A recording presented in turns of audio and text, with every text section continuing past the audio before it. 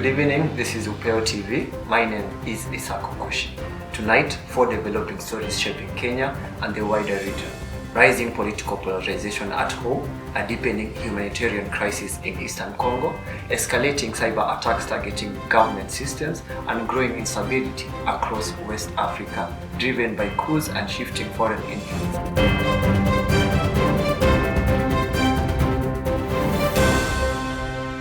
Tonight, our first story will be social polarization. Kenya's political climate remains tense, shaped by shifting alliances, ethnic undertones, and growing public frustrations over the cost of living. As leaders reposition themselves ahead of the critical political moments, many Kenyans are questioning whether politics still reflects their daily realities, economic pressure, and expectations of accountable leadership. On the ground here in Nairobi, and indeed across the country, the political temperature remains noticeably high. What we are seeing is not just rivalry between parties, but a deeper fragmentation within alliances. It's like the first thing they heat up, and it's always getting to us, because you're like, okay, there's this notion they have to wait. That speaks a lot. It's more like telling me, I'm your person, you have to choose me. Often influenced by ethnic loyalty and regional interests.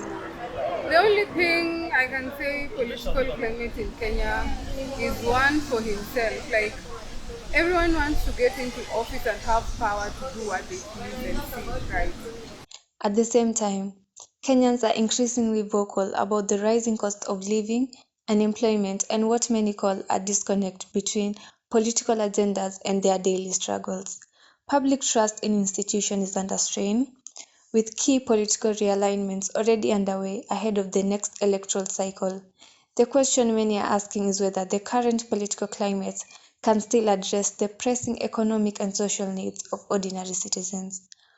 Thank you for that analysis. While political division continue to dominate public debate in Kenya, human cost of instability is far more brutal just across the region. In the Eastern Republic of Congo, armed conflicts and devastated communities, with women and children increasingly bearing the heaviest burden of violence and displacement. Let's first hear from our correspondent. Reporting on the situation in Eastern DRC, this is a crisis that goes beyond headlines.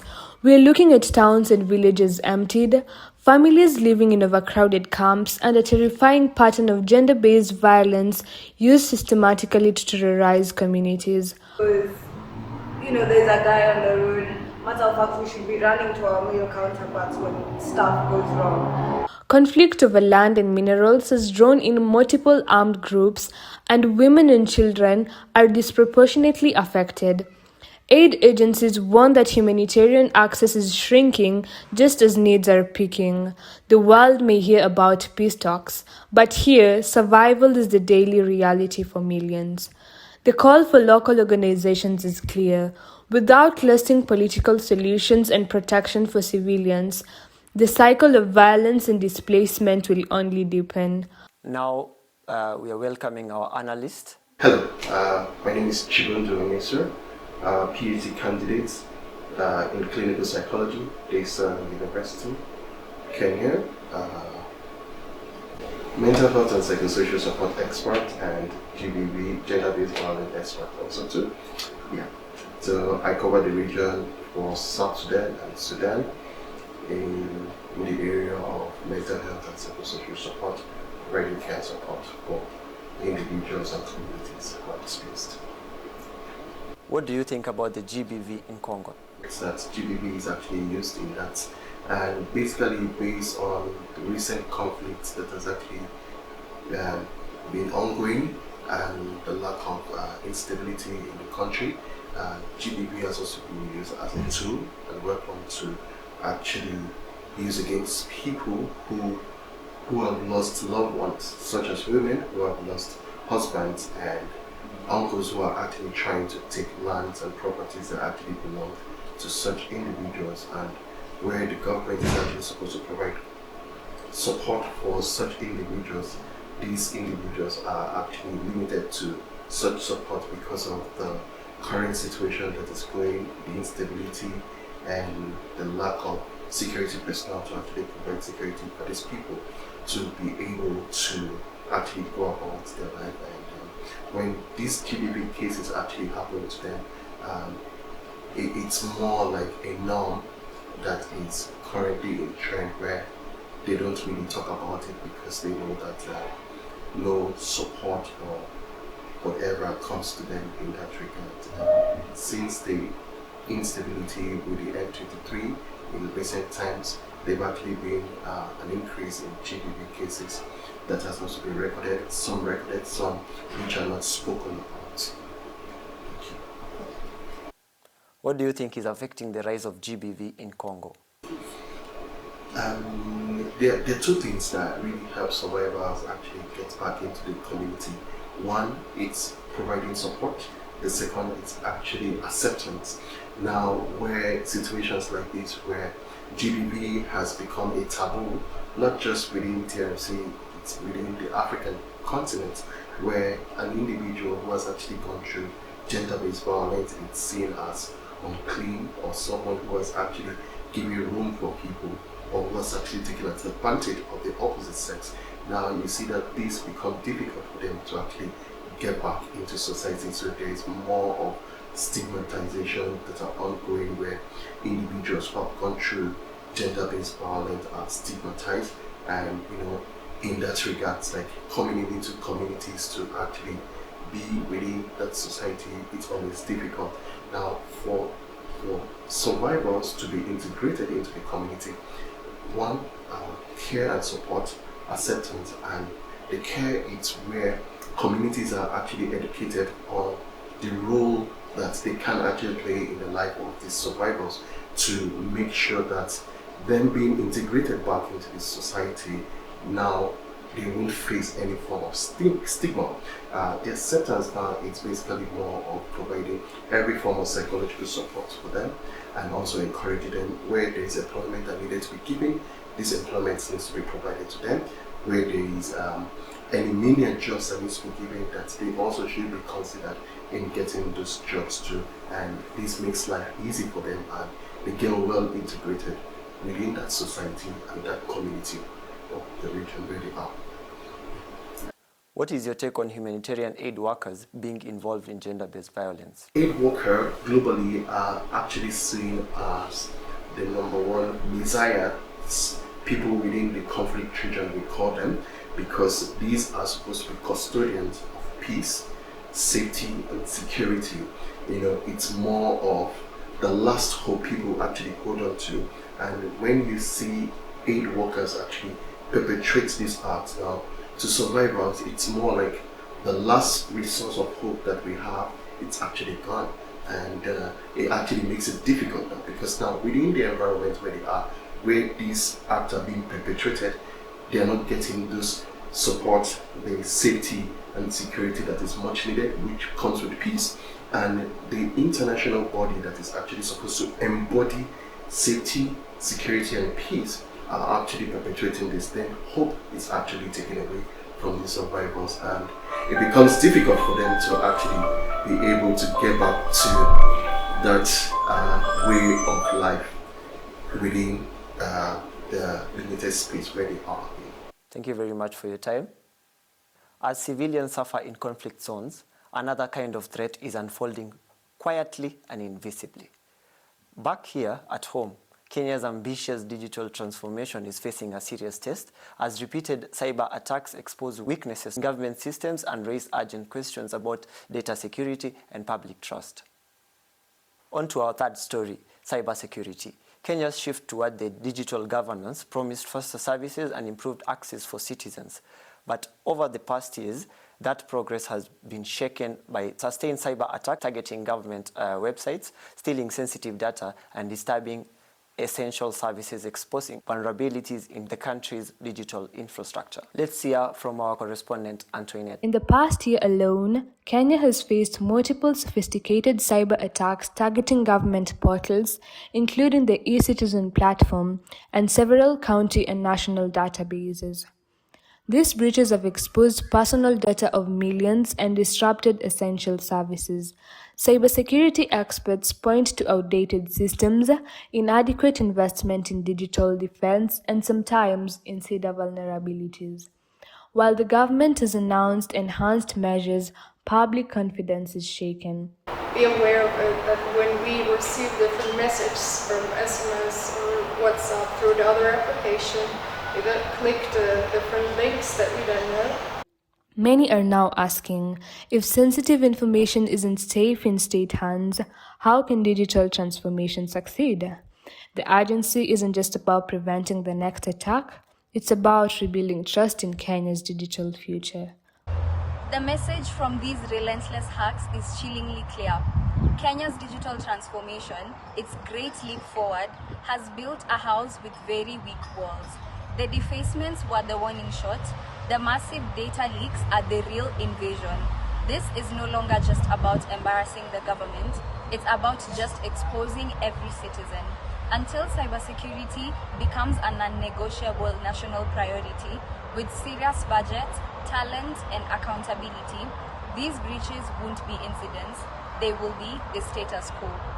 Thank you, Antoinette, for all that insights. Now let's welcome our analyst. Welcome to Upeo TV. Hello, my name is Ian Joseph. I deal with malware analysis and reverse engineering of machines. Basically, it's a cybersecurity framework and platforms. What do you think about the recent hacking of Kenya's websites? When you speak of attackers, the attacker that comes to mind, I'm thinking they're just Kenyans. Because number one, what I know right now, Kenyans are tired of the government. So I'm thinking Kenyans are probably the main attackers. And if it's an outside entity, it must be a state corporation. And I can't think of a state corporation that has grudges in the country. So I can't give you a proper feedback on who is behind the attackers, but basically, it must be number one Kenyans. That is what I know best. Don't you feel like instead of the attackers being arrested, they're supposed to be employed, and why are we not having good firewalls? The issue of employing attackers, that's a judicial case. So you must, number one, prove this person is viable. It's viable enough to even be employed by the government or not. Also, because different people have different kind of aspects as to why they do the attacks. And if you speak of employing now, employment goes through different steps. So you have to verify that this person, yes, they attacked you, but then they employable number one. And number two, what was the other question that you actually asked? Oh, firewalls. About firewalls, we do have basic firewalls, but firewalls are not the only entities for you to provide security into systems. You need other entities for you to add on to that. Do you feel that our data is safe in the hands of the government? Data breaches of MP numbers. So that's an issue you can speak of privacy again. Again, the government has no proper management system to provide proper privacy for its citizens. And it's pretty much easy to hack into the government, I can tell you that. As much as other people might think it might be some hard figure, but it's easy now. And the other thing is, we always say security, but no system is ever secure. So about numbers being hacked, I can tell you that your number can also be hacked. Your other privacy can also be hacked and leaked into the public. It's just how much does the public want your details. So that is as much as I can say. But the government has no proper entities and features to be able to manage privacy of the citizens. What can be done as a government to mitigate this? I think they are trying. The government is trying very, very hard to manage the laws. But again, if the government itself is breaking the laws of data protection, so how are you telling us that they're able to also manage the same laws to us citizens? So like the other issue that we had the previous, I think there was a motion of how the government is supposed to get the details of citizens and use it for their own security purposes. According to the laws, or rather according to data protection laws, those are things that should be supplied by the court approval. So if the government has the power to at any time pick a citizen's data, then I don't think those are data protection laws, and we should go back into basics and look into why we actually have those laws and how to properly manage them. Thank you very much for your insights.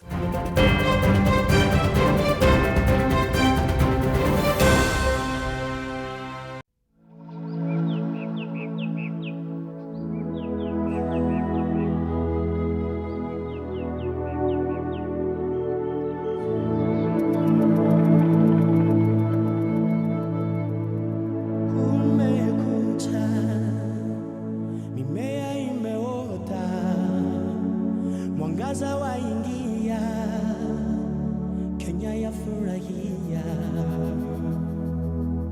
milele. Kenya, milele.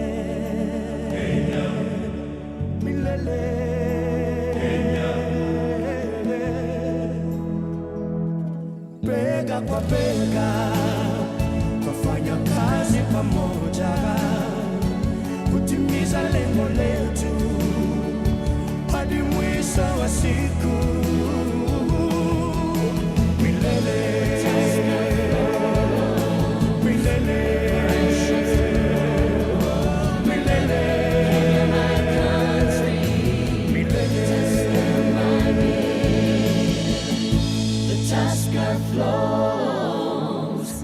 Friendships grow.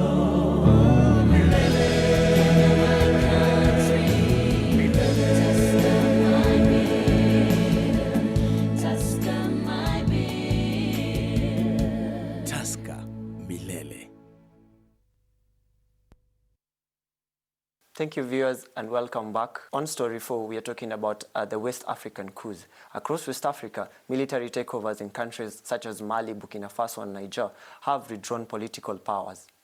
Supporters describe the changes as a rejection of foreign influence, while critics warn that the coups risk deepening insecurity, economic isolation, and long-term instability for ordinary citizens. Let's move to our correspondent. Military takeovers in Mali, Burkina Faso, and Niger have been met with both popular celebration and international alarm on the streets. Some see the juntas as breaking free from former colonial influence, especially France's long-standing military and economic presence. But analysts warn of dangerous trend: democratic erosion, worsening security under junta rule, and economic sanctions that hurt civilians most. With regional blocs and divided global powers recalibrating their engagements, the stability of West Africa now hangs in a delicate balance. The story is about more than a coup. It's about sovereignty, security, and whose interests are truly being served. Back to the studio. Now welcome our analyst. Welcome so much to Upeo TV. What do you think about the French involvement in West Africa? It is sad to say what is happening, especially with the area of control. You know, the French basically left their colonies, but they never left because they have been controlling the issue of taxes, the issues of minerals, trade, and so on. And you can see countries like the Sahel, they are called the Sahel, the Burkina Faso, Mali, I think Niger, and now we have even now Benin that has now gone under coup. Is it Benin or Gabon? I think one of the countries. They are trying to, disassociate with their former colonizers, being France. So it is time for Africans, not just those countries in West Africa, to reimagine the future they want. There is the aspect of sovereignty. Countries are sovereign, and countries are allowed to guard and govern themselves. It is time for Africa to think on how they want to associate and trade with their partners. Now, I believe that no country should pressurize any country to work with them.